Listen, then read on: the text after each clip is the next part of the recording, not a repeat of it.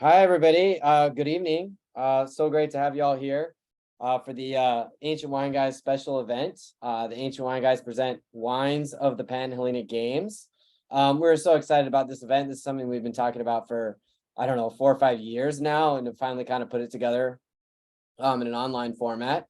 So just a little bit of housekeeping. I want to let you know if you have any questions tonight, we'd ask that you kind of hold on to them to the end or put them in the chat.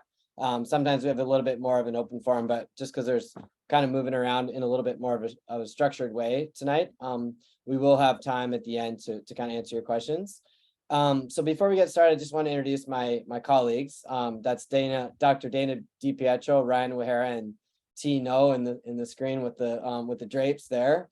And I'm Jeff Pearson. Those guys are in Berkeley. I'm tuning in from Honolulu, Hawaii here. So we have a lot of VOG here from the volcanic eruption going on next door. So if my voice is a little raspy, it's actually because of that.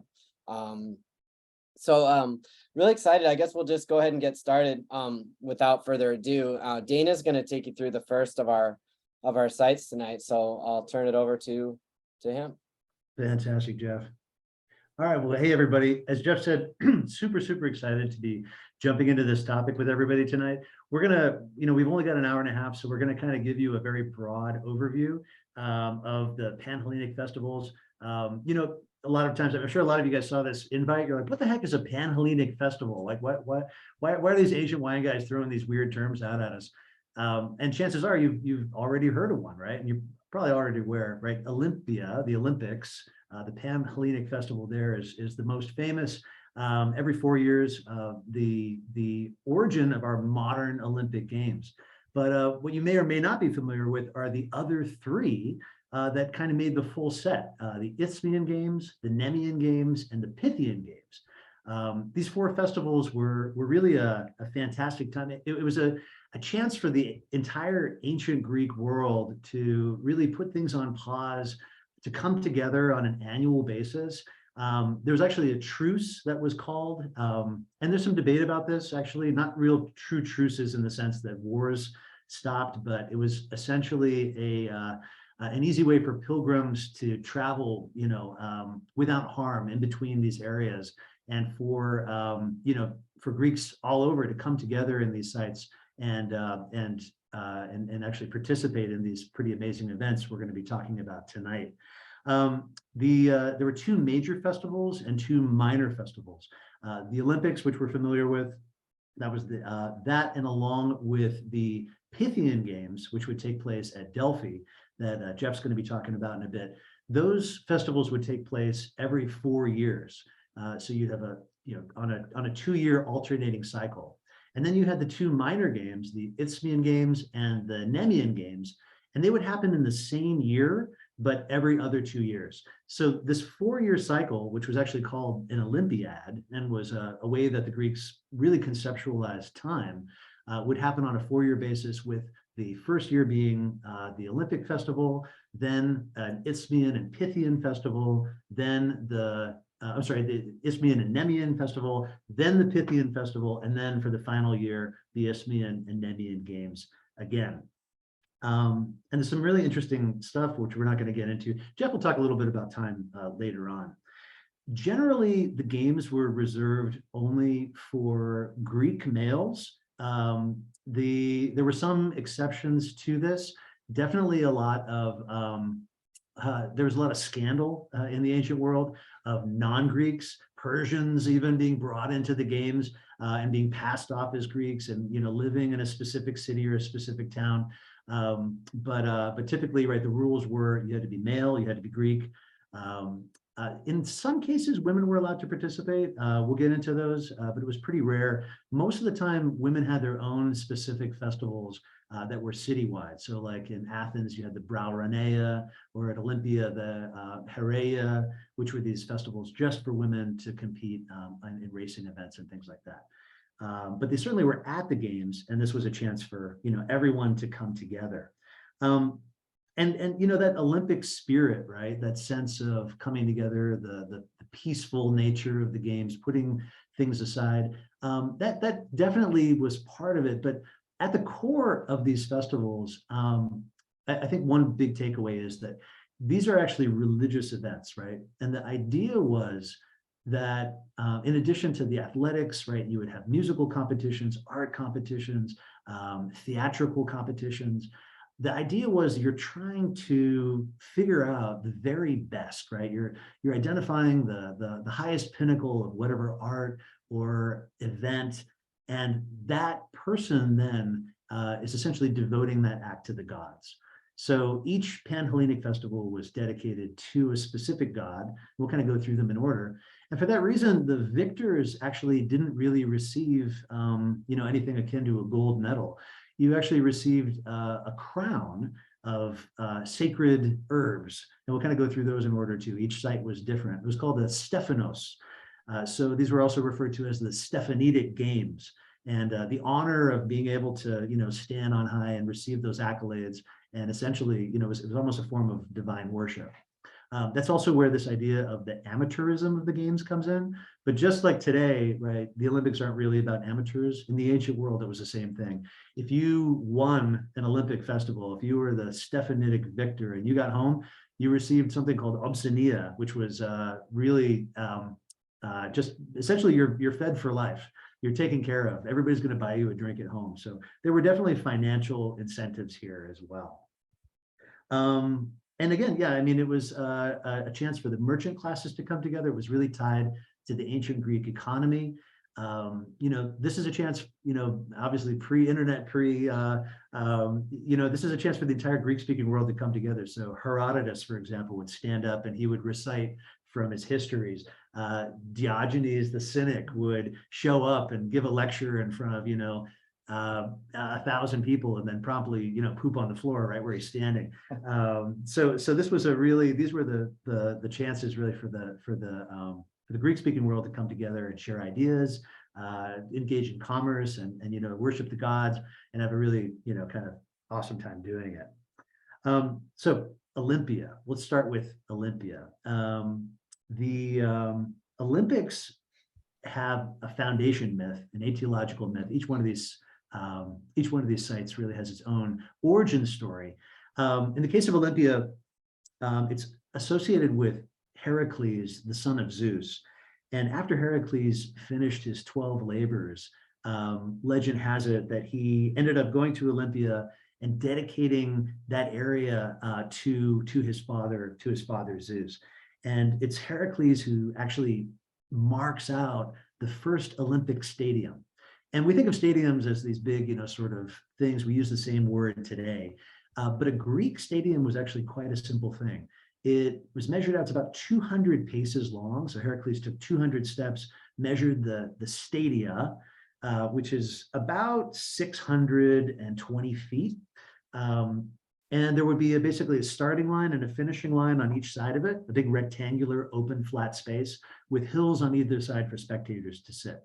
So that was the first very simple form of the stadium at Olympia. The games were sacred to Zeus. The Stephanos that you would receive was made of olive branches. And that's where we get that connection between olive branches and peace, this idea of peace and the Olympic spirit. And that continues right into the revival of the games into the 19th century. First Olympic victor that we actually have recorded historically was a cook from the city of Elis. His name was Corybus, and he won this stadium foot race in 1776 BC. And from that point on, the games really expanded to include different kinds of events. And we'll get into those a little bit later. Track and field events, wrestling, boxing, pancratium, some crazy events that, that are just kind of even coming back with MMA. And Jeff will talk about that later. But as the games became more popular, the site also expanded over time. It expanded to include, we can go to the next slide, Jeff. I think we got an Olympia, picture of Olympia there, or at least the remains of it. That's the entryway into the stadium, which were covered porticos. You can imagine, these Olympic athletes emerging and everybody going crazy. Olympia had 70 temples. It was a massive site. It even contained this giant chryselephantine statue of Zeus made by Phidias. Some of you guys might have heard of this before. It's made of ivory and gold, and it was one of the 7 wonders of the ancient world, right here in the heart of Olympia. The site itself, horse racing, we'll get into some of the events. I'll talk a little bit about the hippodrome, which was the horse racing facility. And essentially, this is just a long oval with 2 points on each side called campters. And the idea was to basically go all the way down to the end, come around the campter, and then come around the side of the back. And this is important to Olympia because Olympia's another one of Olympia's foundation myths is associated with a figure named Pelops, who is he figures prominently in ancient Greek myth, but also he gives his name to the Peloponnese. And we have a tomb of Pelops, so there's some debate as to whether he was a real person or not. Anyway, Pelops is famous because as a young man, he came to Olympia, which at that time was ruled by a man named Oenomaus, who had a beautiful daughter named Hippodamia. And he kind of jealously guarded his daughter because he was told that the suitor of his daughter would end up being the cause of his own death. So he would challenge Hippodamia's suitors to a chariot race.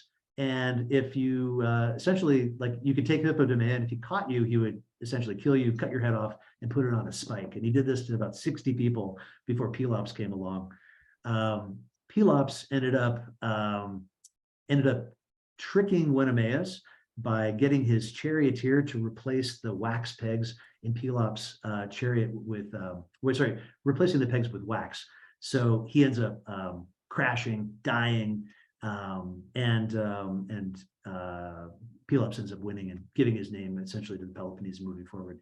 So lots of myth, lots of stuff to unpack. But I think we can probably move forward with our first wine at this stage. One last point that I wanted to mention, horse racing, that's the event that you could actually participate in as a woman, because as a horse racing team, it was actually the owner of the horses who funded the team, who trained the team, that actually got the Stephanos. So that's one of those rare exceptions. So let me turn over to our first wine of the night, which T's going to tell us about right now. Thanks, Dana. So the first wine of the night is the 2020 Mercury Estates Faloy. It's from Archaea, Olympia. It's just 30 miles. Faloy is a mountain, which is about 30 kilometers south of Olympia. So it's kind of on the foothills in Western Greece. It's a blend of 90% Rhoditis and 10% Viognier. The interesting thing about Rhoditis is that it is a red skin grape, kind of similar to Pinot Gris, but oftentimes similar to Pinot Gris, people will press it and take it off the skins and make a white wine out of it. But you can also make a rosé if you wanted to easily, or a more skin contact wine of it. Viognier, of course, is originally a French variety, and a little bit more aromatic. And this wine is organically grown and from the region, and also has done in stainless steel. It's what I like about it is it's a very light, bright wine. It has a lot of notes of white flowers, lemon peel, apple, and pear, and a super versatile wine. You can have it with a lot of seafood, which is easily procured in the region, shrimp, whitefish, etc. Yeah, there's really a lot of that brightness from the Rhoditis, and then that Viognier gives that floral lift, as well as the texture too. I mean, it's still like really kind of like zippy and fresh on the palate, but there's still that kind of like that silky texture to it. That's what Viognier, I think, brings to this. I just said, not to say that Rhoditis can't do that. It's more, I think, that in this particular expression, I think that Viognier brings a little more of that texture, a little more of that kind of like oily sort of fat, as the French would use the term gras, around the edges there. Yeah, and I think what's really nice about this wine too is if anyone had a lot of Viognier from French, it can get oily, kind of get rich and a little bit round, but I think the Rhoditis really lifts it, and it's very zippy. Yeah. And there's good acidity on it. It's very fresh. I get almost a sense of effervescence too, like a tingly Is it, tingliness on the tongue. is it RS, do you think, or is it something else? Is it I just think like I think it's they just bottled it Hmm. and it just has that A like little bit of that freshness. little freshness to CO2 it. in Yeah, there. CO2, yeah, with Yeah. residual CO2. Which in is it. something you see from wines that have prominent acidity. You'll kind of have that like, which is it sort of moment. Where you're saying, is there a little bit prickle of of spritz or Yeah. CO2 or something like that? Yeah, or is it just the way that the acidity interacts with your Your palate? palate, yeah. And a lot of time, sometimes when it's really subtle, it's kind of it's apples and oranges. And, they're sort of, it depends on how you kind of interpret it, and kind of how you feel about it. But yeah, I think this wine, like you said, versatile is a really good Mhm. term for this wine. Yeah, and I mean, we actually looking for wines from Olympia. There's obviously lots of wineries around there, but there's actually it's as far as Greek wine regions go, not as well known as some of the other regions that we're gonna look at tonight, as well as just in the American Greek wine market. We've been buying Greek wines for over a decade now, and this is one of the first ones that I've seen that is actually from this close to the Olympic site. So we were really excited to find this estate, and it's something that we're looking forward to getting to know them better. that? What would you guys pair with this wine? What would you? Yeah, like T was I saying, mean, like I would say like any like grilled seafood Ah, like yeah, shrimp, yeah. fish, branzino, Mm. like octopus, Yeah. squid, like anything fresh from the sea, I would Yeah. say. Yeah. Yeah. that would be I mean, and you not just grill, but just like light tomato sauce as well, Mhm. Yeah. Those wrestlers on the bottle there, T, in the image, I think looks like, It sure looks like it. Kinda looks it like does look like wrestling, but oh, yeah. it's either- The anatomy is a little abstract. Abstract. Maybe a centaur. Centaur or so- yeah. Yeah. yeah. I'm not sorry, it's not the most important question. I was kind of curious. Like, I love the wine. I mean, it's really well balanced. Like you say, that what you're talking about with the kind of cutting the softness of the Viognier with that acidity is really nice. Yeah. Mm. Yeah, delicious. Cool. Yeah. Well, are we ready to move on to the Yeah. next section here? Moving along the. Jeff, you want to take us to our I next? don't know why I keep skipping to the end of the thing here. It's weird. So we'll go there. I think as I'm resetting the meeting controls to let people in, so it's kind of kicking us back to the end of the thing. But, so the next site here is Isthmia, which Dana mentioned, is one of the festival sites which happened every 2 years actually, in conjunction with the Festival of Nemea, which we'll be doing next.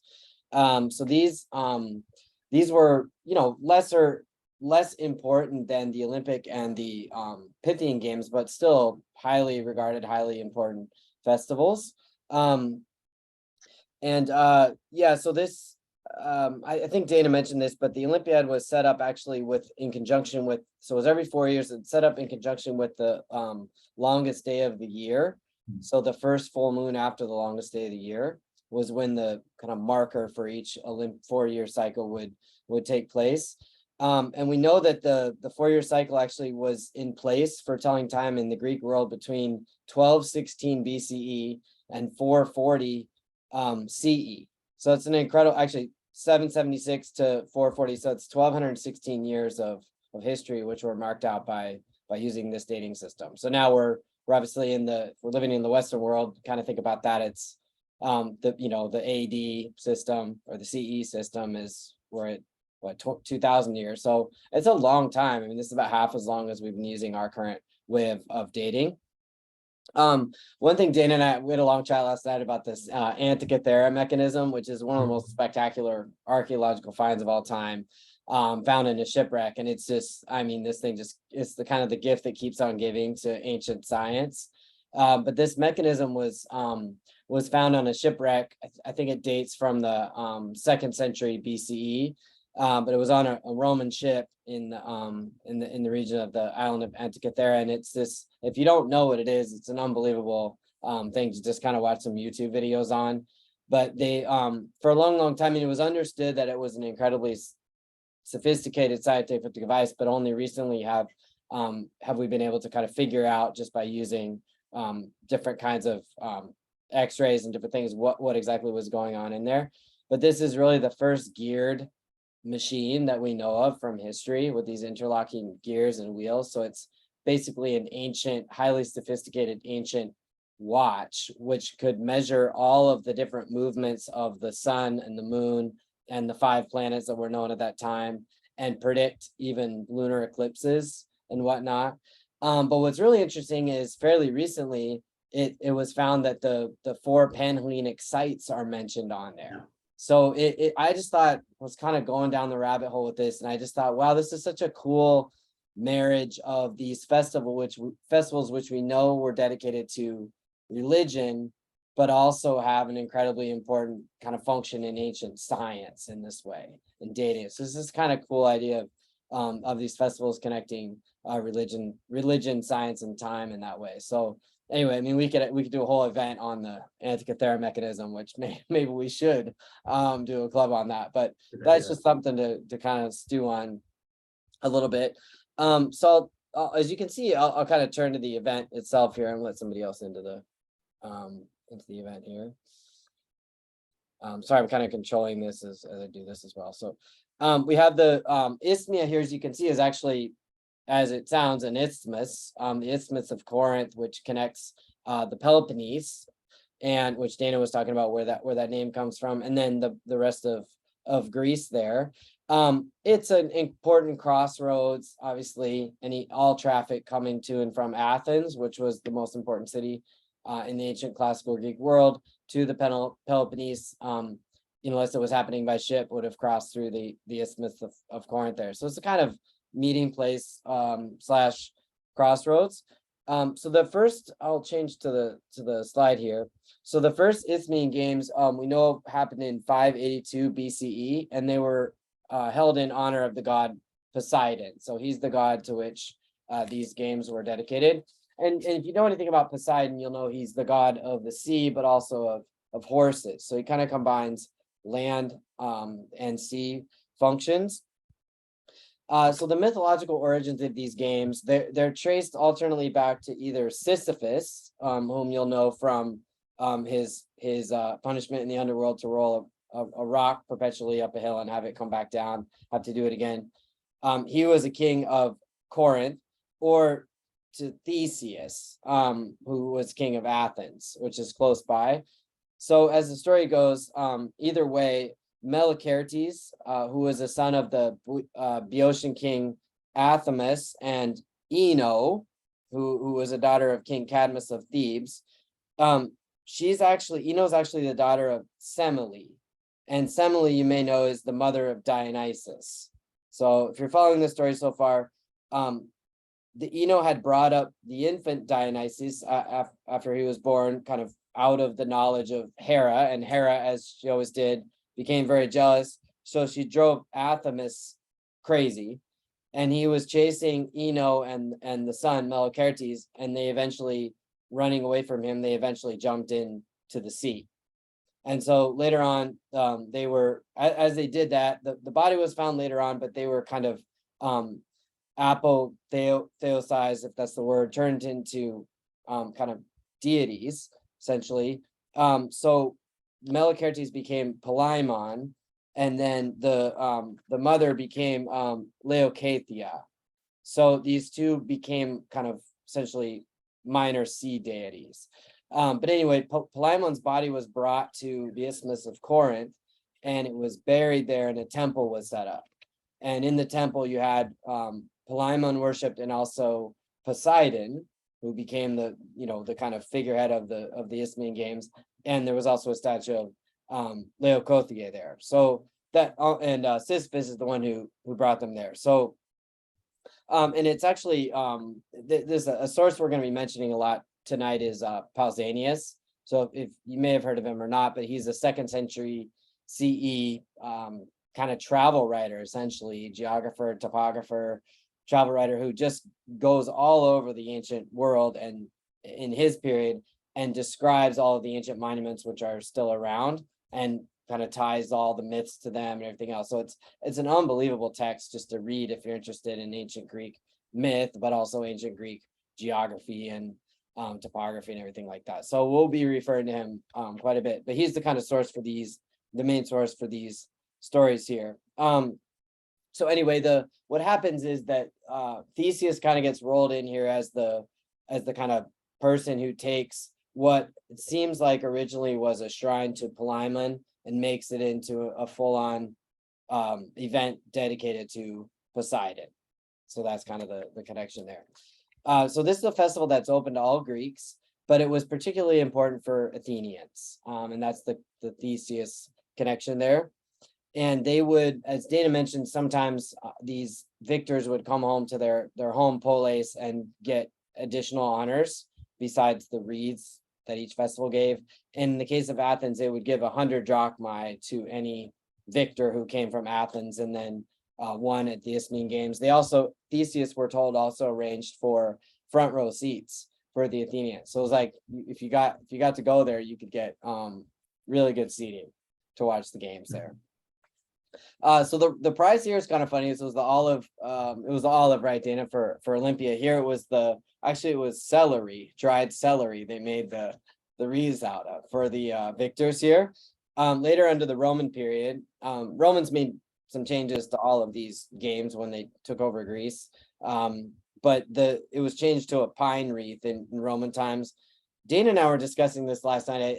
My speculation was that the pine was sacred to Poseidon because it was used for shipbuilding. That's just speculation. I didn't have a chance to chase down the facts on that, but that was just kind of my guess.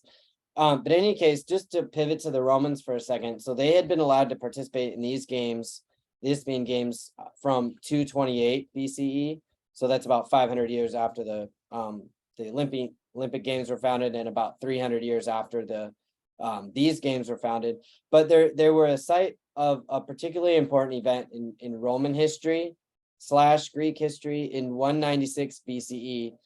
There was a Roman general named Titus Flamininus who, according to his language, liberated the Greeks from Macedonian occupation. So Alexander the Great, who was conquering, all of the Eastern Mediterranean world and beyond in the late 4th century BCE, also before he did that had taken over all of Greece itself, and established, we know of Greece, we think of Greece, particularly Athens, as the home of democracy, but at that point, Alexander installed a monarchy there, so autocracy. And so in 196, after Alexander, the Macedonian monarchs, it's a lot more complicated than I'm making it sound now, but there was a series of Macedonian rulers kind of aspiring to Alexander, etc., who controlled Greece, and Flamininus liberated all of the cities of Greece and proclaimed Greek independence. But the site he chose to do that was actually the games in Isthmia in 196. So he chose the stadium there, and apparently he got a wild applause and was asked to repeat the speech and everything. This didn't last really, really long, because in 146 the Romans conquered Greece and destroyed Corinth completely. So this was a kind of short-lived event. That's why I say it was all sort of propaganda on Flamininus' part at that point. But they destroyed Corinth, and the games were canceled for a while and moved to another nearby city called Sicyon, which actually comes up a few times tonight. I think as there were a lot of athletes that came from Sicyon that competed in the various games. But in any case, Corinth was reordered to be rebuilt by Julius Caesar shortly before his death, and then the games were moved back to the Isthmian Peninsula and about 100 years after that. So in about, I think it's like 48 or 50 CE, something like that. So just a little bit of a history. Once the Romans got involved, it was not a kind of steady, it was not a steady event there. I think just to say a couple of words about the different events here. There were horse racing. You might guess was important just because of the connection to Poseidon, but they also did wrestling, chariot racing, boxing. They use leather straps to box with. I think Dana might talk about that a little bit later on. And they had musical and poetical contests.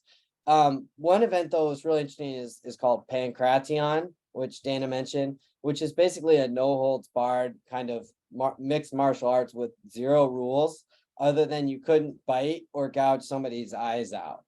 So this is a fairly rough, people died doing this, from time to time, we're told. And these guys would go in the hot sun, no cover on a dusty ground, completely naked, which is actually, I think we talked about the gymnasium a little bit. The word gymnasium comes from the Greek word for naked. So Greek athletes competed in the nude with olive oil all over their bodies. And there were no women who were allowed to watch this particular sport because it was so gruesome, people could die. Some versions of the myth say that Theseus himself invented the Pancration as a way to defeat the Minotaur when he went to Crete to defeat the Minotaur. So this kind of like, you basically, there's no rules, you can do anything you want. That came from Theseus.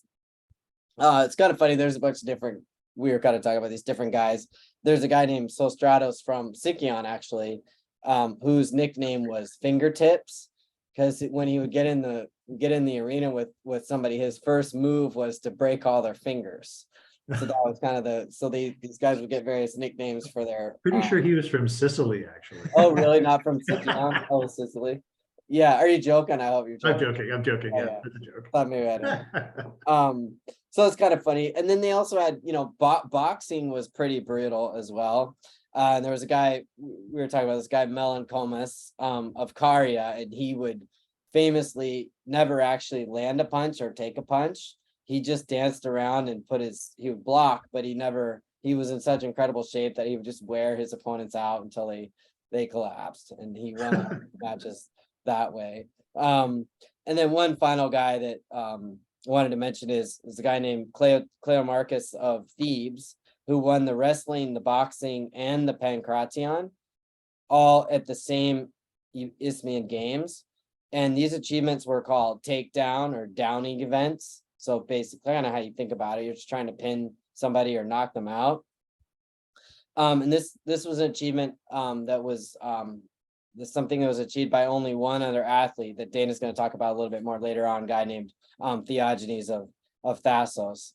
So it's funny that there's a 3rd century Roman rhetorician, Aelian, who was talking about Cleomarchus in a different context, but he was saying that his abstinence from sexual activity was the reason he was so good at his various events. And then he said the athlete was so chaste that he would even turn around when dogs were humping in the streets. So, thought that might be a nice segue with that image in your mind to Ryan telling you about this wine here. So yeah, perfect transition there, Jeff. Yeah. So let's just jump right into it here now that we all probably could use the drink after some of those descriptions. So the wine that we have here is from Corinth. This is from Halkia Winery. And this is a wine, the name of this wine is Reddish, which if you have the wine in your glass, you will understand why it was named Reddish, because it is reddish. The color is neither rosé nor red fully either way. So it's kind of in this kind of beautiful kind of transition period, if you will, being the kind of the crossroads of a red wine and a rosé. And a little bit about the winery here. This is a winery owned by Anna Halkia. Her story actually begins in Australia, where she grew up, and then her family, I believe on her mother's side, originally was from Greece, from this part of Greece. And in the early 2000s, she moved back to Greece to move her entire family there. And there were vines on this property, and she was tending them organically and selling the fruit. But eventually she realized that this is so much work to farm organically and to do all this work in the vineyard just to sell it, to have like my precious grapes be blended with whatever else that someone was buying it and doing with it. So she started to make her own wine. Well, making wine can be expensive if you buy new equipment. So basically started doing things the old-fashioned way. No additives, no chemicals, no big equipment, just doing almost everything by hand. A native ambient yeast fermentation, so not inoculating, just because it's expensive. Adding in enzymes and yeast, the costs start to add up there. So basically, she has this natural wine being produced before that term was ever even coined, long before in the early 2000s. And so this is made from a grape called Ayurvitico, or Saint George, or I believe also Mavro Nemeas, I think as well, which I believe means like black grape from Nemea. So I'm not to jump ahead a little bit, but this grape is probably most famous from Nemea, definitely associated with Nemea, which what T will talk about a little bit later. But the grape here is a grape, this Ayurvitico or Saint George, is sometimes blended with Cab, but you find it as well as 100% variety as well, pretty often. The style of wine here, which is going to be very interesting if you're tasting along with us, is you can see how this grape can do a lot of different things. It's actually the wine that we have later on is going to be a little bit darker, again, not to spoil anything, but it's a grape that, depending on how you handle it in the vineyard, depending on how you grow it, and depending on, obviously, of course, like what you do in the cellar, you can get a pretty wide variety of unique expressions. So this is a wine that is basically young, it's fresh, it's 2021. It has no maceration, no extended maceration. It's a direct press wine. So you harvest the grapes, you put them into the press. It's about a 2-hour pressing, where very slow, gentle pneumatic pressing. And then basically the color just comes from that straight direct press. So again, it's not letting the juice sit in the skins for days and days or anything like that. Basically, you have about a 3.5 month period where it's a settling period in tank. And then it's allowed to go through malolactic fermentation naturally. And again, bottled young, fresh, vibrant.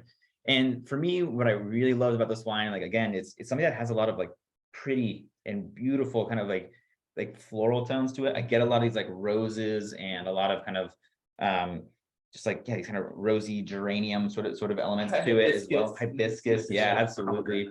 And it's something that, again, if you continue tasting Greek wines, you will definitely find some Ayurviticos or St. Georges that are like dark and gnarly and have like a lot of kind of tannin and structure built in there. And I think it's just fascinating to be able to see that a grape, I should say, that you might have a fixed view of what it can do or what it should do, can actually be made into a wide variety of different wines. So, but yeah, as far as pairings, again, this is something that's like a very an easygoing red, something that you could do with a lot of appetizers sort of foods. You could do with all kinds of, if you're doing Greek food, just messes, you just have like the whole table, covered in dishes. It will pair with probably 99% of those dishes.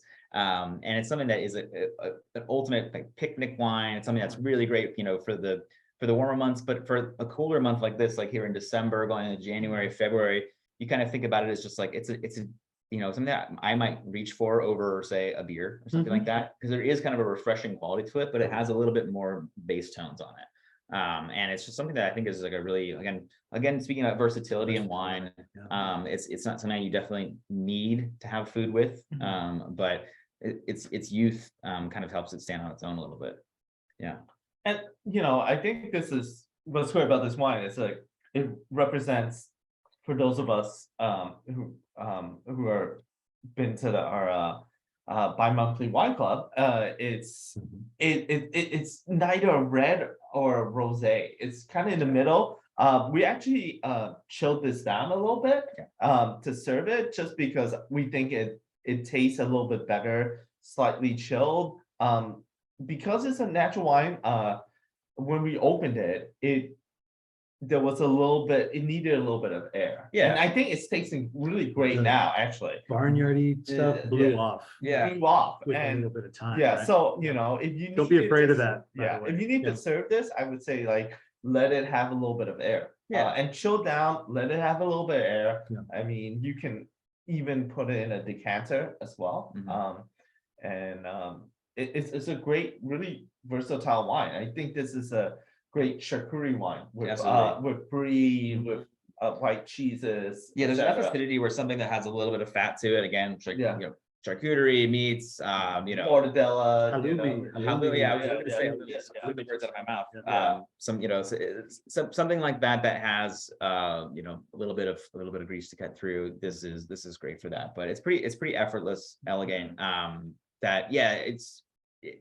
think this wine holds an interesting place in the kind of my current spectrum of Greek wines, where this is the type of wine that a lot of people may not think of when they first think of Greek wines, just based on what's in the market, right? So there's still a pretty limited understanding here in the United States, at least, of what Greek wine can be. A lot of people think of Greek wine as with a pretty narrow definition, pretty narrow set of types of wines. Okay, if you have whites, it's going to be something kind of crisp and fresh, like Roditis or Assyrtiko or something like that. Mhm. If you have a red, it's going to be kind of more darker and structured, like an Ayurvedic or Zino Mavro is the other grape. That's probably that starts with an X, Xinomavro, and that is probably that's the second most planted red grape in Greece. Ayurvedico is the most planted red grape in Greece, and so it's restructuring a little bit again about how we think about Greek wine versus Italian wine versus French wine versus American wine. Is an active process. Yeah. So we're very happy to be introducing these types of wines to the market, to more people, to wine lovers from around the country, because again, there's been a pretty crystallized fixed view of what Greek wine can do, and this is just these types of stories I think are wonderful. You have someone who is taking what is an ancient variety, and it's not necessarily a new spin by any means to make the wines like this. It's actually a little bit more traditional in some ways. But you're able to engage, for example, this label, this producer, this importer that we're working with. These are wines that you might find at some of the cooler, more hip bars or restaurants in San Francisco, Oakland, New York, Los Angeles. Yeah, especially into the natural wine bars. Which all that is to say is it's bringing more people into the world of Greek wine. And you're so right about it. Especially Greek wines filling this really interesting interstitial niche. I mean, I'm reminded when I taste this of I'm like, oh, it's neither fish nor fowl, but it's awesome. We carried this Paleo Caricio wine. I'd like to say that we were kind of maybe among the first to kind of popularize it, but it's a semi-sparkling orange wine, this very weird small bottle wine, and then all of a sudden that ends up in Vogue magazine as their top gifts of I think it was 2021 or something like that. No, you're so right. It's so cool what's happening right now, and this reminds me of filling that niche. Yeah. So we got more to come on the Ayurvedico front a little bit later. Again, not to give anything away, but too much away. But we'll let once we get there with the we'll definitely see another version of Agoritico, which is going to be very different from this reddish. And for me, this wine, this is a wine that's made to drink now. It's 1 to 3 years. I would not be aging this wine at all. It's not going to go bad. It's just not going to improve. It's not going to improve. There's not the intentionality is there. Why would you wait? Yeah, exactly. Yeah, exactly. Yeah. Well, I think with that, let's we could actually continue our journey. Continue our journey on to the Nemean Games, the home of Ayurvedico. Yes, excellent. All right, so round 3, moving on to Nemea. So as you can see on this map, Nemea is actually located a little bit to the west of Isthmia. This is our second of the minor games every 2 years held in conjunction with the Isthmian Games. And Isthmia, Jeff mentioned, went from a celery crown to a pine crown. Nemea also had this celery crown. It was also associated with Zeus, right? So this is the kind of prime god, and has a tie to Heracles as well. Heracles, like we talked about at Olympia, is the supposed founder of the Nemean Games. Famously, he traveled to Nemea to kill the Nemean lion. And he wrestled that lion because the lion, couldn't be killed with a sword, right? Its skin was actually impenetrable. So the first, pix, or pix is boxing, but the first wrestling match that we actually have of Heracles' labors is killing the Nemean lion, and he does that by putting it in a chokehold and essentially suffocating it. That's how he does it. So a lot of great mythological backbone to this site. I'm talking about the site like it's a wine. Nemea is a smaller site, but as it also became more popular, the same infrastructure built up around it, the temples, the stadium, the hippodrome, and the gymnasium. Let's talk about the gymnasium a little bit. Jeff mentioned the kind of origin of the word gymnasia. And it comes from gymnos, and that gymnos means naked, and truly these were the naked games. The gymnikos agon was the sort of naked series of games that these participants would come in. And the gymnasium served this really interesting purpose, right? It was a place for participants to come to work out, more or less, right? Like we use a modern gym for. But also it was a place that kind of fulfilled the social function of a forum. Teaching and instruction would take place there. And it was a place to collect, and it served a pretty important function with the games, right? Because all of these sites also had to absorb the entire traveling Greek populace, right, as they would come. So you imagine like a music festival every 4 years or every 2 years in the case of Nemea and Isthmia. People are descending on this site to participate and watch these games, and also take part in what's at its core supposed to be a religious festival. So let's get back to the nakedness. Gymnos, yeah. So like Jeff said, all these dudes who are participating in these games, whether it's the Pancratian or whether it's the Picts, their boxing, or the field events, are stark naked. And there are a couple of traditions that go back that kind of explain this. There's a sort of dubious story that at one point an Olympic athlete early in the games in like the 600s, his loincloth fell off and he won, and that started the tradition of doing this naked. But a better source is actually Thucydides, and Thucydides talks about the games in a sort of like elevated philosophical term. He really sees the naked participant as being emblematic of all of the ideals of Greece, the fine physical form, the control that is exercised, and that the body of these young men who are coming from all over Greece, and of course these are city-states who are at war for the better part of the classical period, fighting each other. It's also part and parcel to what we're talking about, right? Contesting, finding the best thing, competing against each other. Thucydides sees like the naked Greek body as like the naked male Greek body as emblematic of the state. And he goes in and starts talking about comparing that to Persia, which of course is the main rival to Greece. That's fine, Thucydides, but also, right, this is pretty hot. Let's be fair. This is ancient Greece. These dudes are covered in oil. They're wrestling and dominating one another. And so for this reason, it's fantastic. What you're seeing right now is the entry portal into the stadium in Nemea.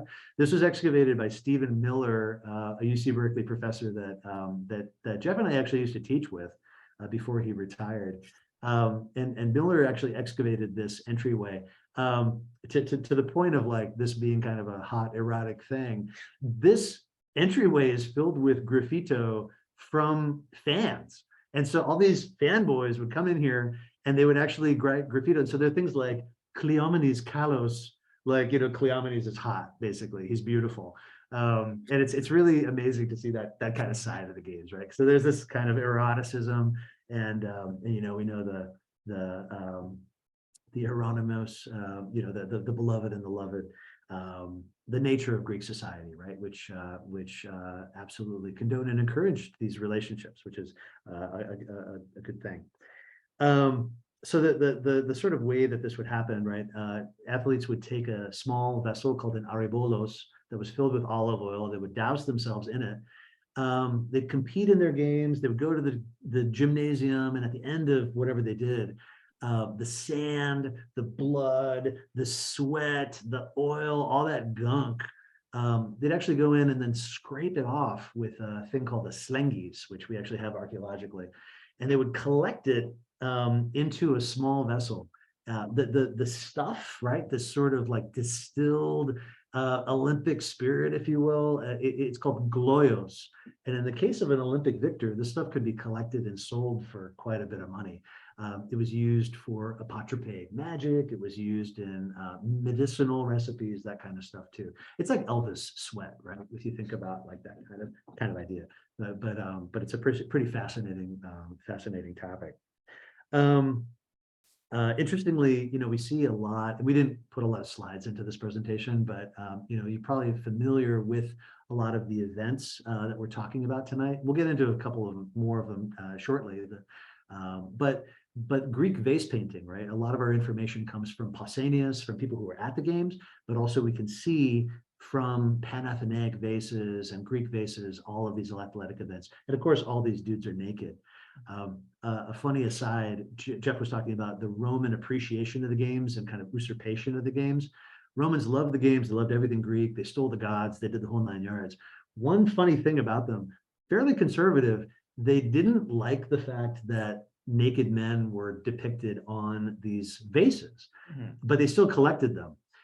So what would happen is you have these fantastic black figure vases that are painted beautifully, right, using this reduction technique and everything.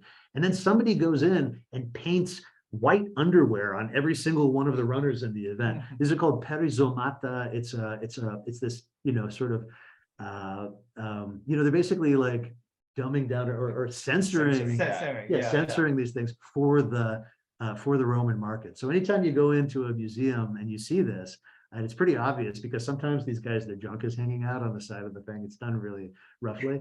Who the intended recipient was, or that was being doctored for a market.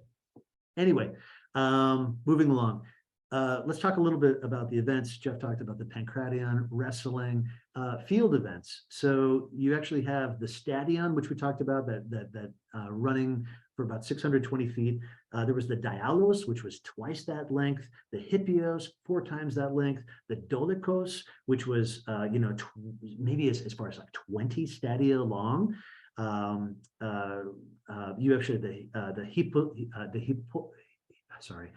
this gets me every time, the hopitodromos, the basically you're a hoplite, you're running with armor.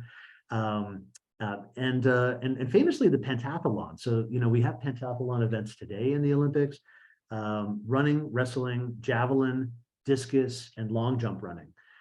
Very similar to today's events with some important differences in ancient Greece. With the long jump, runners would actually use weights. So you see this in Greek vase painting. You actually see these guys jumping, and they have what are called halteres in their hands. And they're these big stone weights that would propel them forward. And when Jeff and I, when we were working with Steve Miller in his ancient athletics class at Cal, he would actually, it's a lot of athletes that are part of that class. We would go out to the track at UC Berkeley, and he had a pair of carved halteres, and he'd say, okay, raise your hand if you're on the track team. And we'd find actual long jumpers, and they would get on average like 6 to 8 inches of additional distance just using these weights. So, again, ancient Greeks knew what they were doing, ritual, religion, but also science. Another one of Miller's big discoveries at Nemea, just quickly, the starting blocks. So, we mentioned that the stadium is a very simple sort of setup. And if you go to any of these stadiums today, again, there's 2 hillsides, starting blocks, ending blocks, and, this rectangular open space. Miller noticed, and he also came across references in Pausanias and others to some sort of contraption called a hisplex. And for the longest time, nobody had any idea what this thing was.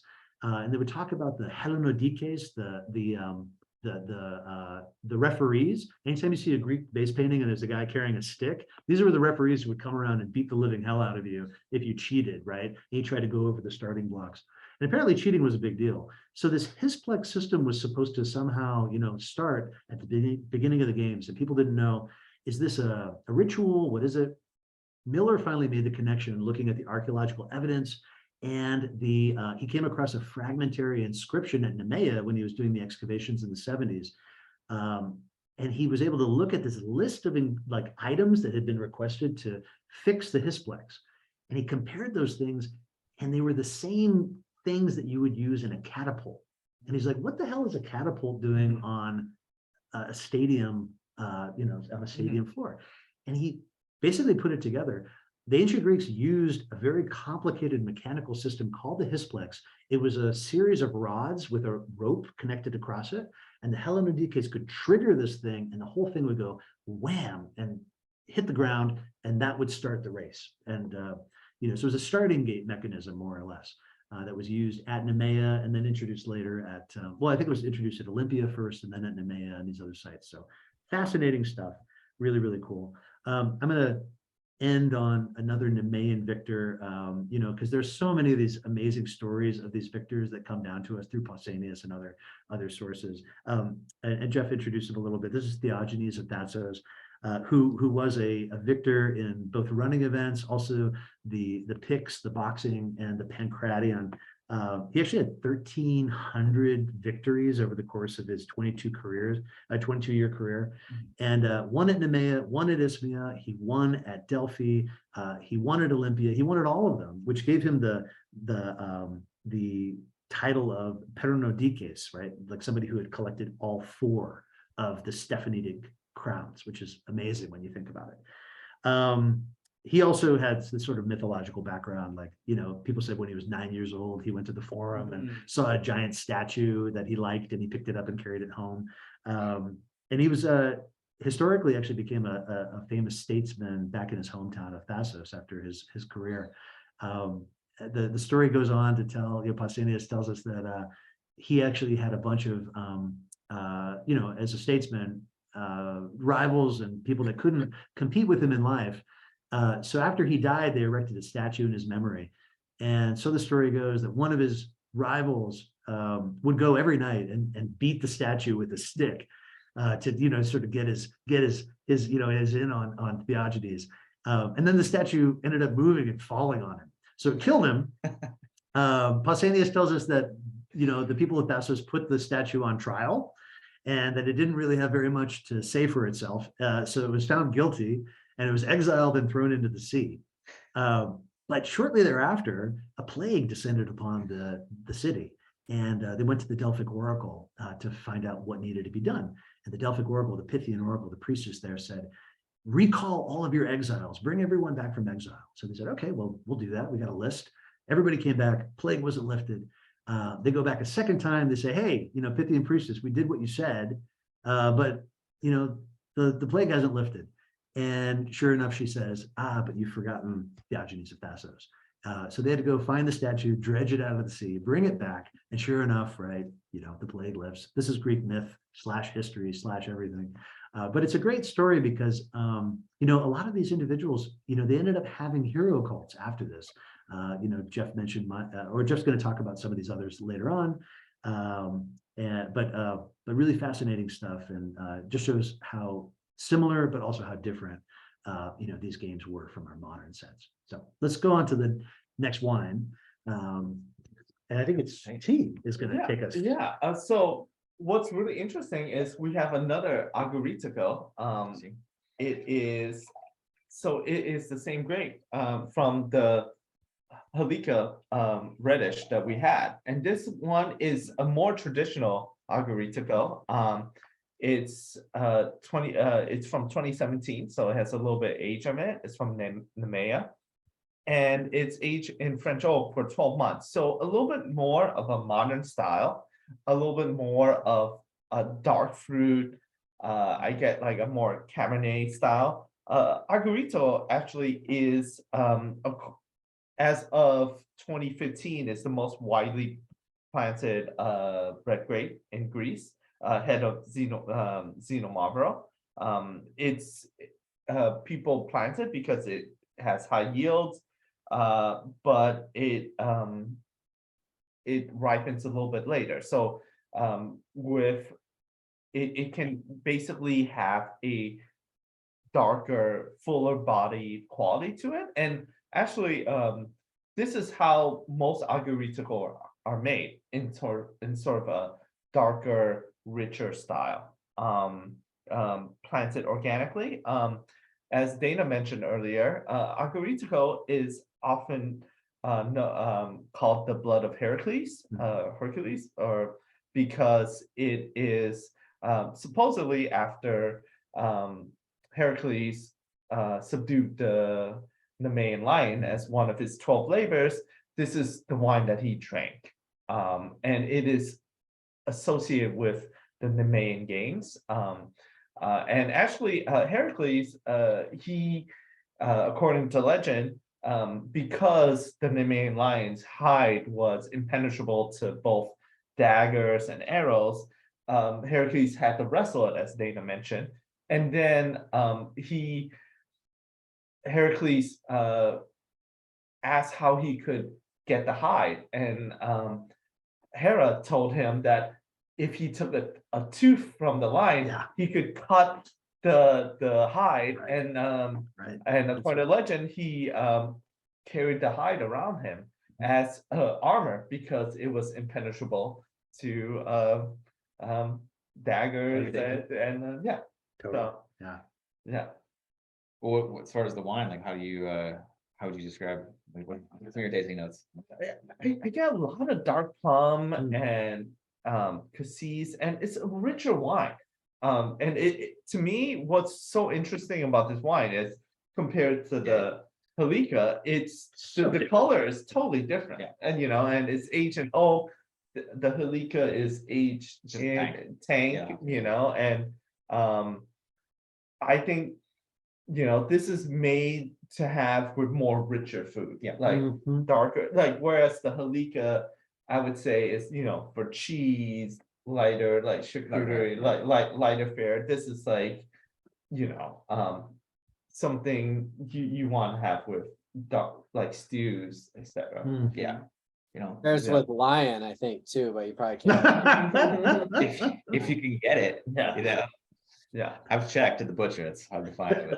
But I definitely think, like stylistically, you can still see the through line though. Like I in these types of situations, when you have two wines that are made in like vastly different ways, I'm always looking for, okay, what's the common denominator here? And for me, there's still, there's tannin on this wine. There's definitely like a nice kind of backbone of structure to it that means it could age for a good while in the cellar, but there is still this softness in the palate that I saw on the Halkia as well. There's still a little bit of this kind of like soft fruit to it as well, where yes, there's, like you said, there's kind of like cassis, there's like dark plum, but it's not like tart. I'm not getting a lot of like that kind of like super it's not like puckery tart. To me, it's a medium body. Yeah. It's not like a full body wine. We're not and it's fun because on the rim too, like even with the color, right? Like I mean, there's this kind of garnet that shows up in looking at both of these, right? Where on the edges, like immediately I'm like, oh, this is like a dark wine, but then it definitely like peters out to the edges, and it's a medium body. There's tannins on it. It can easily age for 3-4 years, I think. Easily. I definitely would say, like, if you're looking to improve, it'll 3 to 5 years.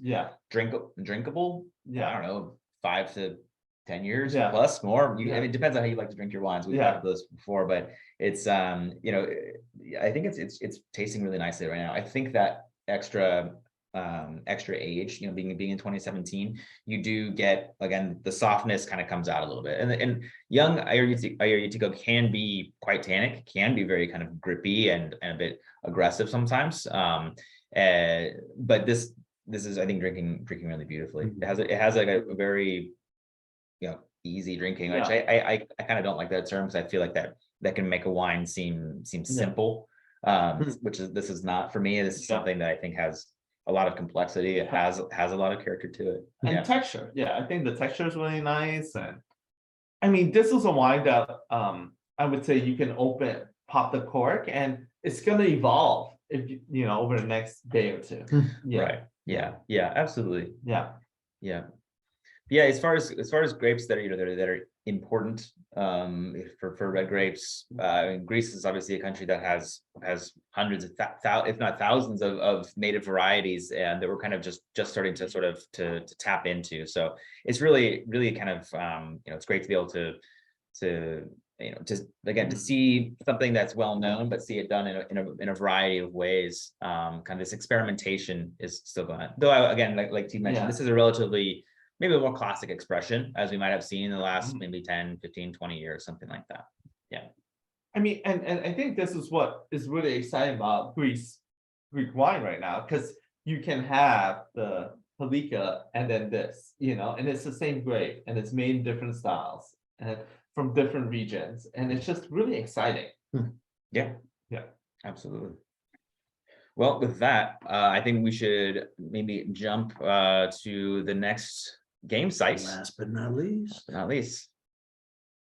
All right, so Delphi. So this is actually, Delphi is the name of the city, the sanctuary site, obviously, but the games are called the Pythian Games. So as we've been talking about tonight, this is one of the every 4-year sites, where in the Man Isthmia were every 2-year sites. So they actually called this a Pythiad, this 4-year cycle. It's not as well known as the Olympiad. But you might think about it a little bit like if you're a European soccer fan, like the World Cup happens every 4 years, and then every other 2 years you have the European Cup. So is that you okay, T? Oh, looks like you guys are muted. No, yeah, all good, Jeff. What's that? Oh, continue. Okay, Go you're ahead. muted. I saw you guys trying to talk. I'm sorry. Yeah, so it's basically the equivalent of kind of like the European Cup being every other cycle to the World Cup, if you're European soccer fan, something like that. So every 4 years, as we've been talking about, this is the second most important of all of the festivals, behind Olympia. So the name Pythia, or the Pythian Games, actually comes from the name of a giant serpent which the god Apollo killed. It was terrorizing the native population, and Apollo was asked to kill it. And of course, he's the god of archery, so he used 1,000 arrows to kill this serpent, we're told. And at the site where he killed it, they built the sanctuary of Delphi, and then he instituted the Pythian Games. So we, in addition to the name, Pythia being the Pythian Games, we also, as Dana mentioned, have the Pythian Oracle, and then the priestess herself who gave the prophecies when people would come to seek out prophecies at Delphi was called the Pythia. So this name, all of these names come from the name of the serpent which Apollo killed. But this is, of course, most people know Delphi. I'm sure anybody you pulled on the street who's heard of the city would know it as an oracle, but it is an incredibly important game site as well, which we're going to talk about tonight. So so in addition to the kind of step from the Apollo killing the serpent, so the next step in this, originally there, according to the kind of myths, they weren't crowned with what would become the typical crown there, which was the laurel wreath. Originally it was oak leaves, because the laurel tree didn't exist yet in myth. And for it to exist, Apollo had to fall in love with the nymph Daphne. And so there's a whole, I mean, we could do a whole event on this as well, but there's a myth about Daphne where Eros made Apollo fall in love with her. She fled him because she was a follower of Artemis, who of course was a virgin goddess, and she had sworn an oath of celibacy. So Apollo couldn't get her. He chased her, and in this chase she prayed to her father, and who was I think he was a river god, and he changed her into a laurel tree.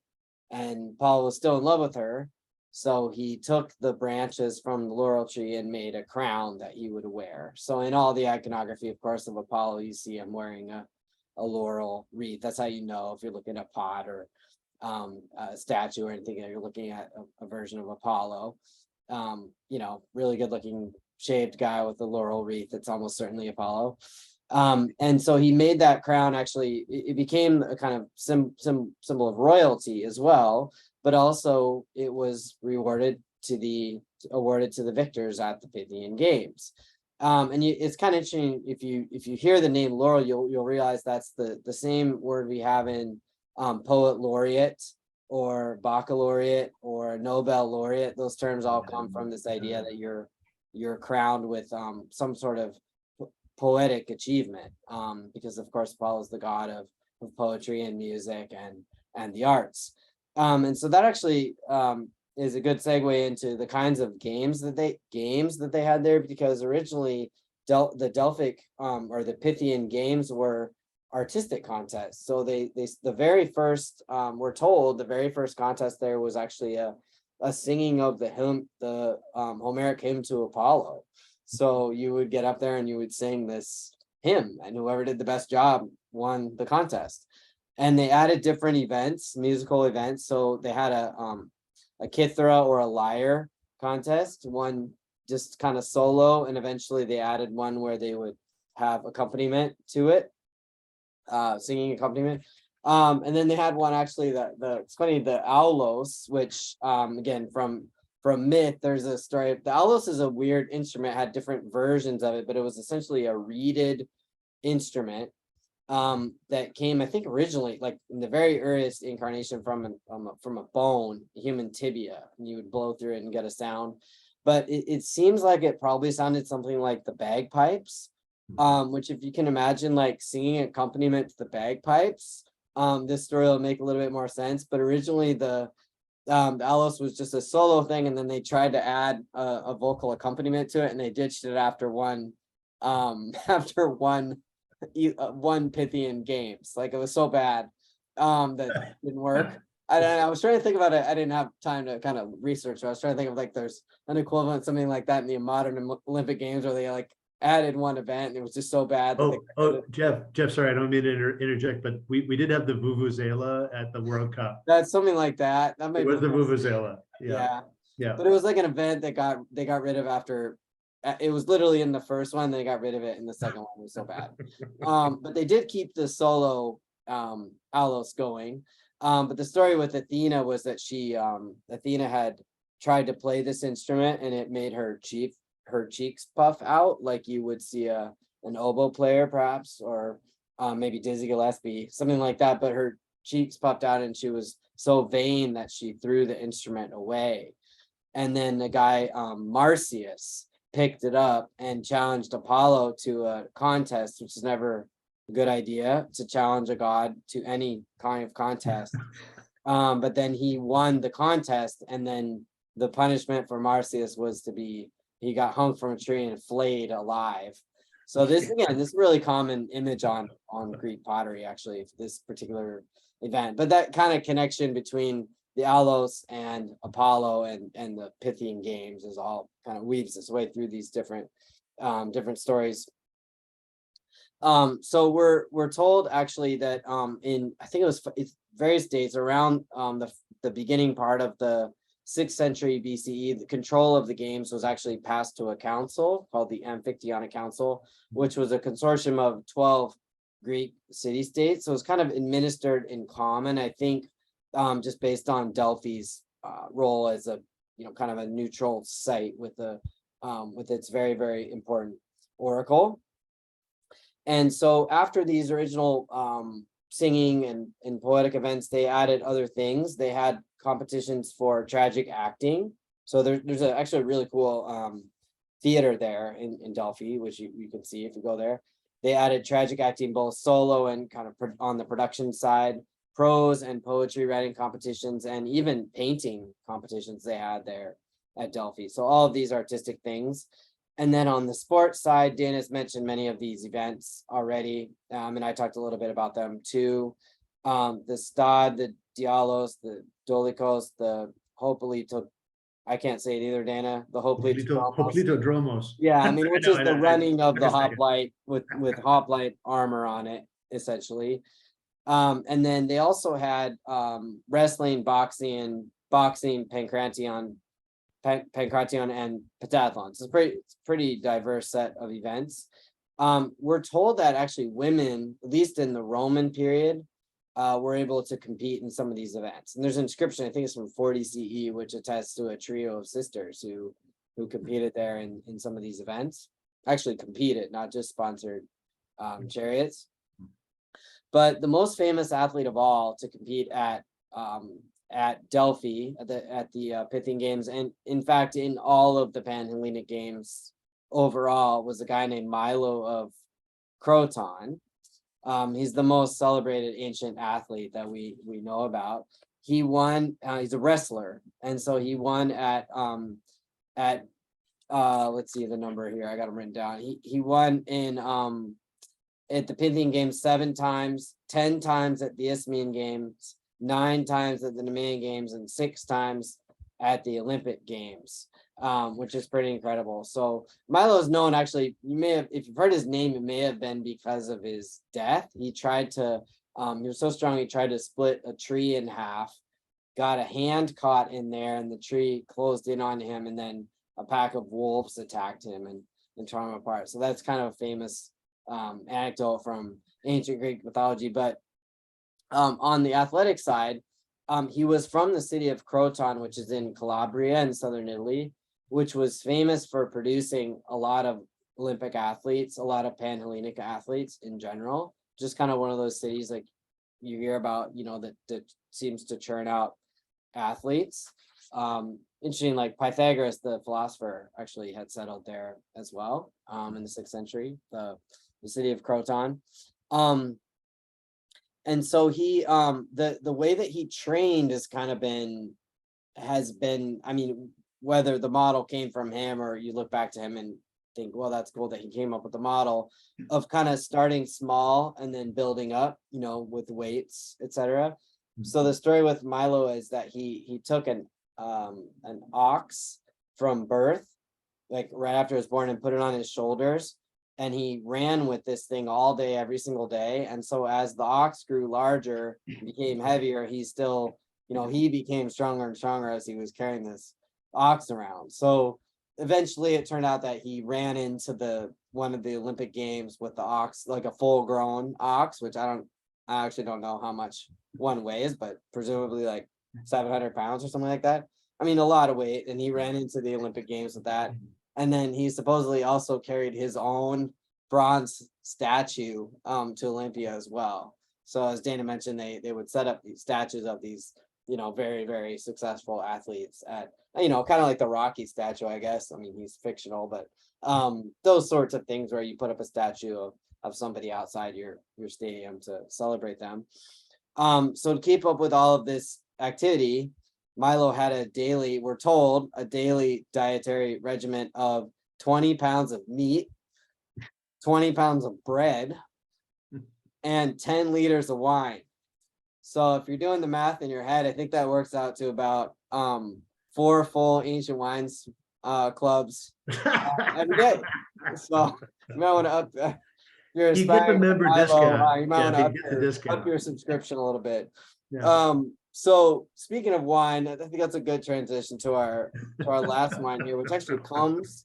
If you're kind of wondering why in your deck of 4 wines, if you got the wines, there's an Italian wine, a Ciro, from Calabria in Italy.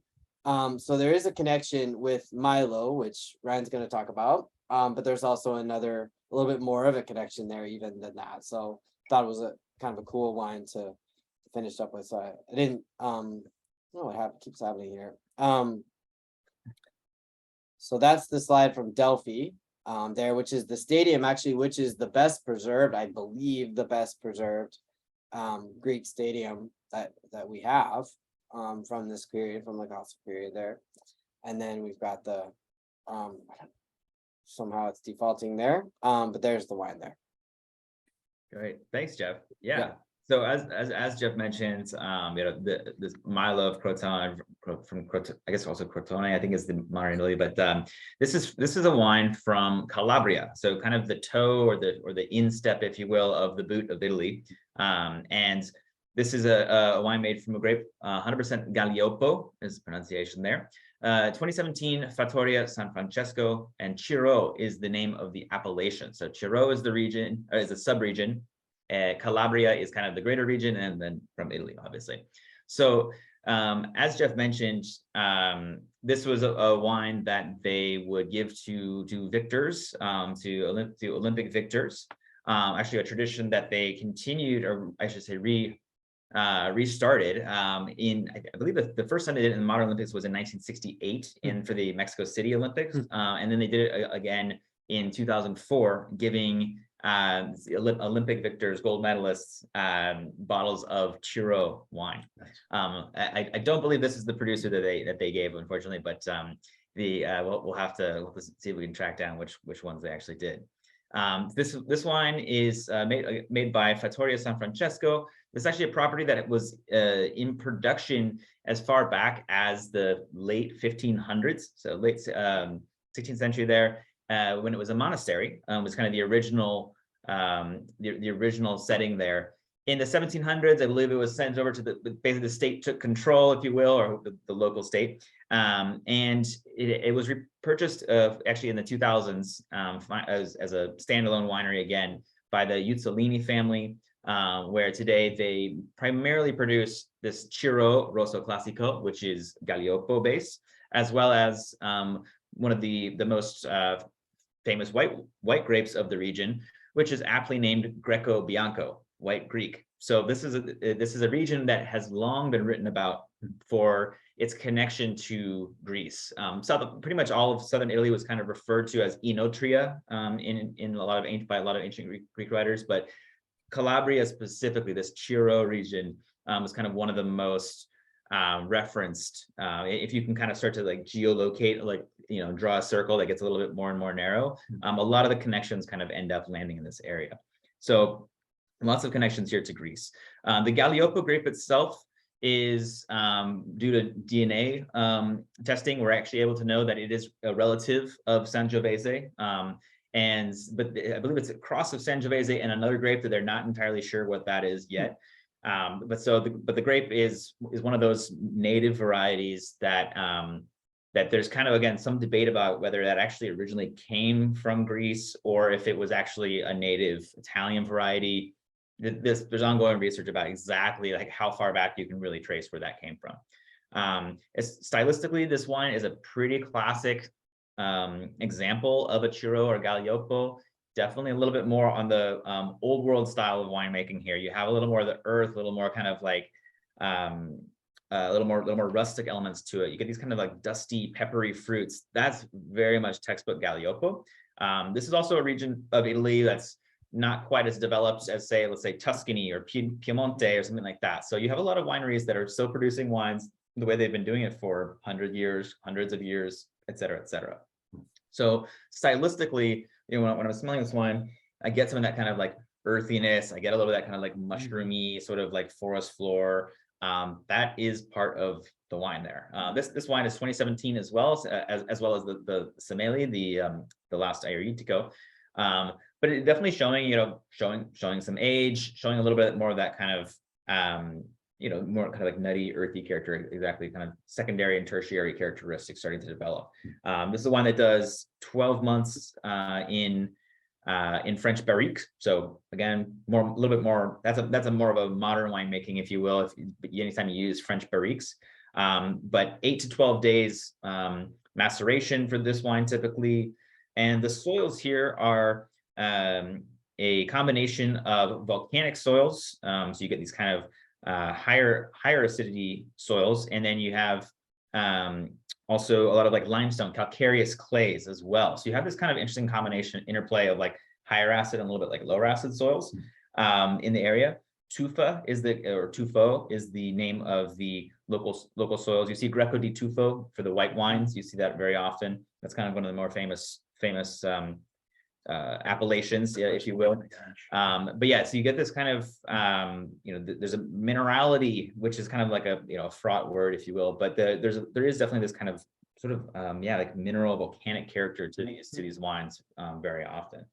But yeah, for me on the nose, I do get a lot of that kind of forest floor, earth. Then I get some of these kind of like dried cherry, dried herbs, dried leaves, all that sort of mushrooms as well. Yeah, like, kind of dried I mean, for me, this wine is if you're interested in tasting wines that have a little bit of age, this is how wine ages. Like it developed this tertiary character that I think this wine really shows. Yeah, like the savory notes. Like when we talk about tertiary, like primary characteristics, just as a little bit of an aside, primary characteristics we like, that's like grapey, right? That smells like grapes. So that's what it's made from. So a very, very young wine could be described as primary. The wine I made in my backyard this year in September, when I taste it out of the jug, it still tastes very primary. It tastes kind of just like, grapes, which is a little bit of a pejorative if you're describing like a professionally made wine. You say, oh, it's really grapey. That's actually kind of a pejorative. You're kind of saying, it doesn't really taste like much. Secondary characteristics are going to be like varietal characteristics when you say, okay, if you have a Galliopo versus an Ayurvedico, what are things that set those two grapes apart? And that develops with a bit of maturation and over time. These tertiary characteristics that we're talking about here are when the wine begins to age and to intentionally but slowly oxidize. And over time, you have the wine aging and certain elements kind of start to drop out, new elements start to come in. You say, if this wine was only 6 months old, you wouldn't be tasting those more mushroomy, sort of spicy, savory characteristics, which again, in some wines, they can be really beautiful and they can integrate and be this really kind of like hard to pin down sort of ethereal component to it. In other wines, it can be like, oh man, this wine's kind of going. It's like kind of, it's kind of turning. And I think this wine's in a really nice place again to show those. You can kind of see the interplay where it's like it's evolving from this kind of younger, fresh Galliopo to something that has a little bit more of those sort of spicier, earthier, sort of savory notes. It's a wine of a certain age. It's right where it needs to be. Exactly. To me, it's just like short rib polenta kind of wine. Absolutely. I mean, put some dried morels or Portuguese or something like that in there. Yeah, exactly. It's kind of a stewy wine, and what I love about this wine is some people like that tertiary taste in it, but some people want a more fresher taste. And this is a really nice wine that you can experiment and be like, do I really like aged wine? Aged wine, and it's a very inexpensive price, right? It's $13. So it's something that like you can try out and say, and think about, do I like tertiary flavors? Because you can easily spend money on Bordeaux or Burgundies, which are very expensive, and then age them and then realize, you know what, I don't like this tertiary flavor. I mean, which then burns you, Oh, that happens all the time, as people think old wine equals better wine or good wine. And it really, again, I think we talked about this on our last tasting a little bit, but getting into like the personal taste is critical with this type of question, because again, I just don't love super old wine. It just doesn't excite me in the same way as like a medium medium term sort of age, because but some people do like that aged wine, which is fine, which is like great. And the only way you can get that tertiary flavor is by aging wine. And the only way you can figure out what you like is to try it. Exactly. But I can't tell you the number of times I've had friends who said, hey, I've been aging this wine for like 15 years, 20 years. I bought all these nice, cabs or pinots or merlots because someone told me they were good. And now it's, 10, 15, 20 years later. And we start popping them open. They're like, I just don't really like this. And I'm like, that's okay. It's okay to not like it. But finding where your sweet spot is, and again, it's not a one size fits all sort of model. It's something that you'll be able to sort of start to pin down on your own, is like, what level of oxidation, this, to use kind of the technical term, do you like? What level of softness of the tannins? For a long time, wines were picked probably relatively unripe compared to today. Let's say in the 40s, 50s, 60s, ripeness was like, you're struggling to get ripeness. Whereas now in a lot of places, you're not struggling to get ripeness because of better vineyard management, better chemical, use. Sure, climate change can be a factor that you can ascribe to that as well. And it's better understanding in general. And so now you have less need to like lay down a wine for 20 years before it's good. Whereas again, you look at things like Barolo, Burgundy, Barbaresco, Bordeaux, all that sort of stuff. Those are wines that traditionally they're like, oh, you got to wait at least 20 years before they're going to be good. Well, that's to soften the tannins and the acidity and all that sort of stuff. You don't have to wait that long now to get some of those same sort of evolved experiences in wine. And this is just a great example of it. So let's run the questions. Great stuff, guys. Let's Yeah, exactly. Yeah, so we I know you guys have access to the chat there. If there's anything in Yep. chat, we want to hit that first, and then if anyone has anything to chime in, obviously open it up. So sounds good. Yeah, I'll jump in on the chat here. So the first question we had was from, it looks like from Dokuyen Tran Taylor, and she asked, "What is the name of the device?" That was the Antikythera mechanism. Or it was the Hisplex. When did she put that out? I believe it was It was no, the yeah. I'll write that in the chat here. And that is the name of the device. That's just this kind of like really amazing, like archaeologically scientifically, fascinating device that I'm sure it is so fun really to different. just should do it. go on a deep dive with that. It is unbelievable what you will find. Just, I mean, we always have this, we don't always have this assumption, but often have the assumption that the kind of modern technological inventions are that modern, but some of the things that the Greeks were able to do, this is a lot of that's based on, it's thought that innovations that Archimedes in particular made, was the most famous, Hellenistic scientist. But yeah, so I mean, there's a fantastic interplay. Jeff, you touched on this when you were talking about, the idea of that combination of ritual and religion, but also science. I mean, we see that in Greek society at places like Epidaurus, right? Where people would come and, they'd come for healing, and they would like wait for the snakes to crawl over their bodies, right? This chthonic ritual. But at the same time, like they were practicing like highly advanced medicine, highly advanced surgery. And to the likes that the entire Middle Ages missed out on, right? Until we kind of rediscovered some of these works. It's a really interesting interplay. And we've talked about this in some clubs. We talked about Hero of Alexandria, who like invented a steam engine, right? Like, and that didn't spark the Industrial Revolution, right? The guns, germ, steel, Jared Diamond functional approach, right? Caution, caution, red flag, red flag. It's not the discovery of something that initiates, a change, right? Where it actually has a lot to do with the society, and has a lot to do with the function within which it's situated. And so this is why I think this is so fascinating, is because you do have that dichotomy, right?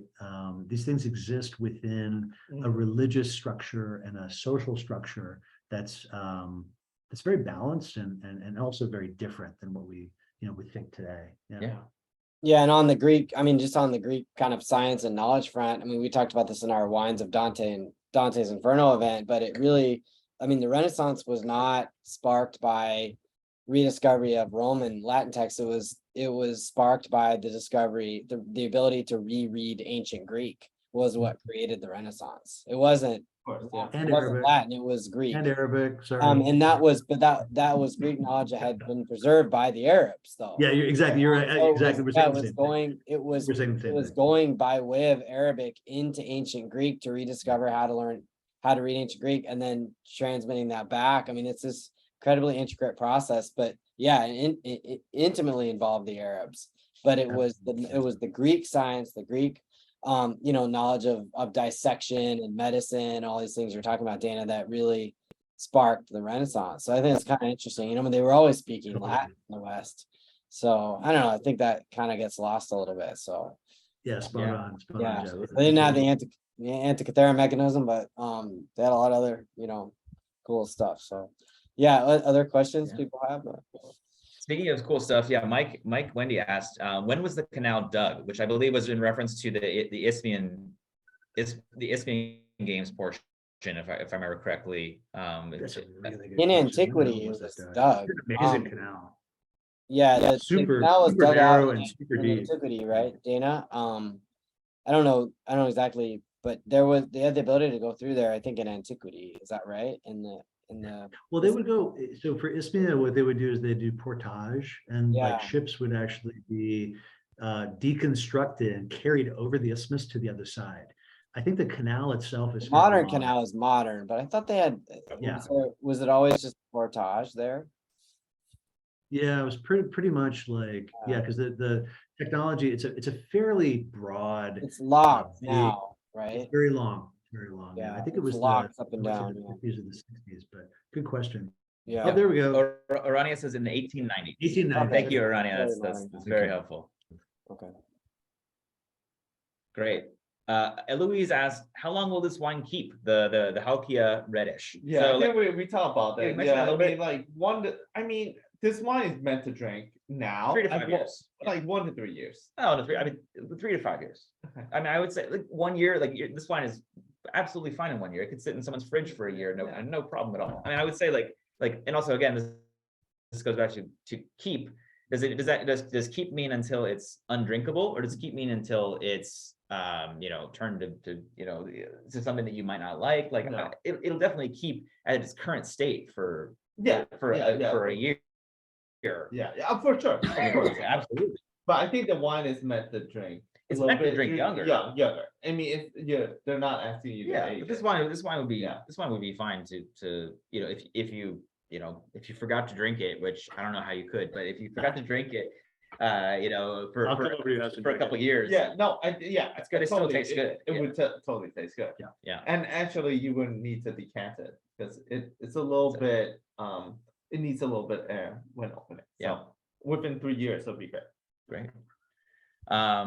So I think that's all the questions there in the chat. If anyone else has any other questions, you can feel free to unmute yourself really quick or drop a question in the chat. Happy to answer any questions there. I actually had a question. So while you're thinking of that and preparing yourself for unmuting or your burning question, I had a question for you guys or for anybody, of course, but just about the music being part of this same repertoire as athletics, and it's becoming part of this kind of like complete picture we talked about in the Pythian games. You have the music becoming part of this the gymnasium of the gymnos. Is this something that it was part of, like,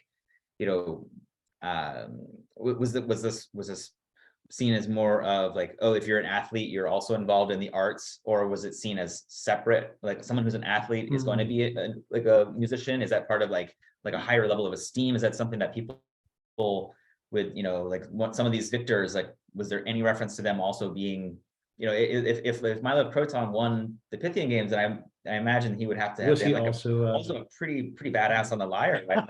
Like he had to have probably been pretty good.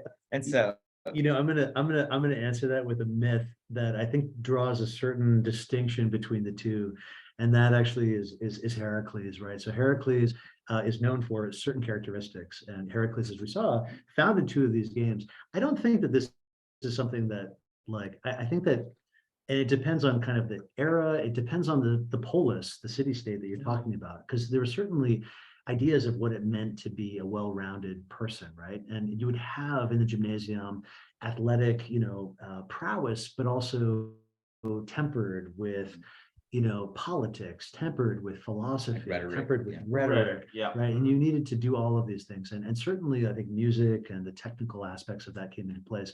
I think a lot about Heracles killing his own lyre teacher, right? Because he couldn't play. Right. And I think that myth, so Greek myth really asks that question of like if these are my myths, who am I, right? Yeah. And I think that's one where it is kind of showing the difference between a lot of these burly athletes and that sort of physical dominance versus the so to my knowledge, Cleomenes of Astyapalia, Milo of Croton, Theogenes of Thasos, any number of them.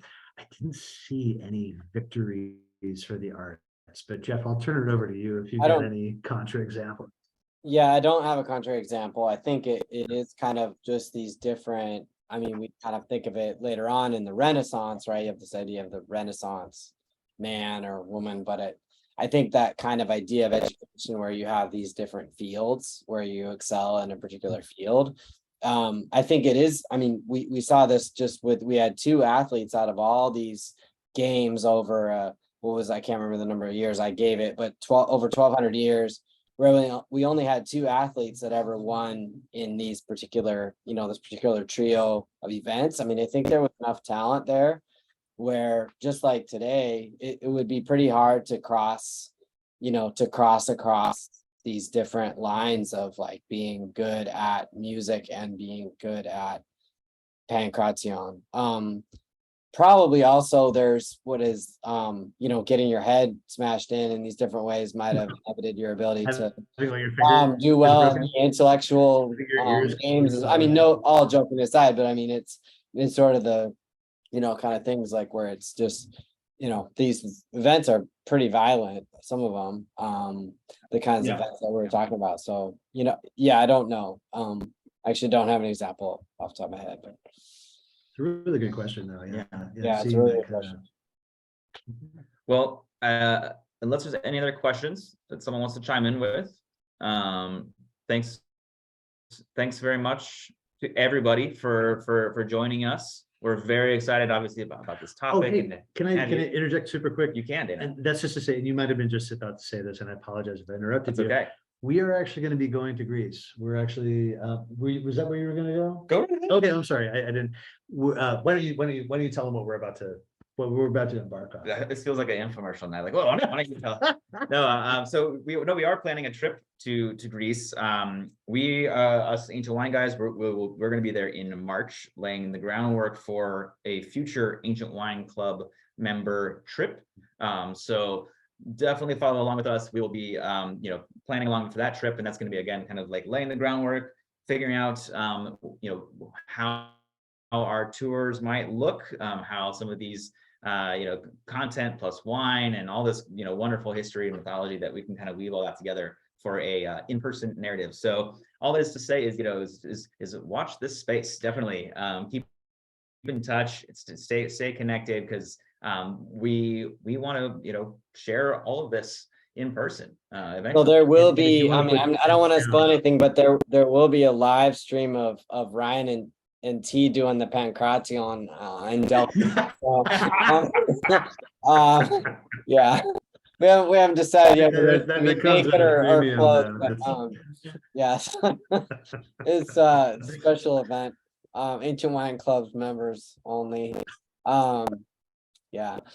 We do have one final just pitch here to add, which is that we're with the holidays coming up, just kind of marketing, but we are kind of offering, if anyone has an interest in giving, we've had some members give Ancient Wines Club gifts, and it's been really successful kind of bringing people into the fold. So if you're interested in doing that, we will give you a 10% for the gift, and then 10% off your own club for a year. So realizing that in inflationary times, that probably equals the 10% pay cut for you to do this, but it's just something keep growing the concept and keep growing the family. So we appreciate your support on that front. Yeah. Do you guys have anything else to add? Well, Unless there's any other questions, I think that kind of wraps things up. We're, again, like I said, we're grateful for all of you, and as always, if you have any questions or anything like that, reach out to us on social media or via email. Via email as well. Give us a call. Let us know if No TikTok yet. We're working on that. Jeff, and I are going to do a little dance, but Yeah. we're working. Yeah, and just always feel free to reach out to us if you have any questions, or if you're looking for any particular wines. We are happy to help. Yeah. Thanks, everybody. Yeah. As always, thanks very so much. everybody. Yeah, We'll see you next time. take care. Night, everyone. Good Good night, night, everybody. everybody. Cheers. Happy holidays.